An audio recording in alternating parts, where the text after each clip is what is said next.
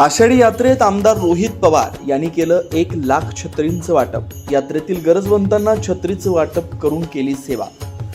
गेल्या 15 दिवसापासून देहू आळंदी येथून तसेच महाराष्ट्राच्या कानाकोपऱ्यातून पंढरीकडे मार्गस्थ झालेल्या दिंड्या मजल दरमजल करत पंढरपुरात देवशयनी आषाढी एकादशीच्या सोहळ्यासाठी दाखल झाल्या।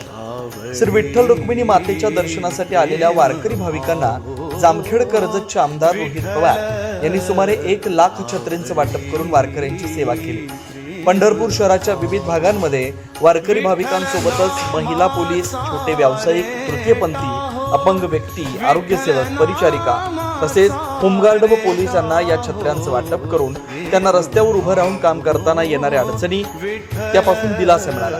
व्यापाऱ्यांनाही यात्रेतील अडथळा दूर करण्याचा प्रयत्न केला।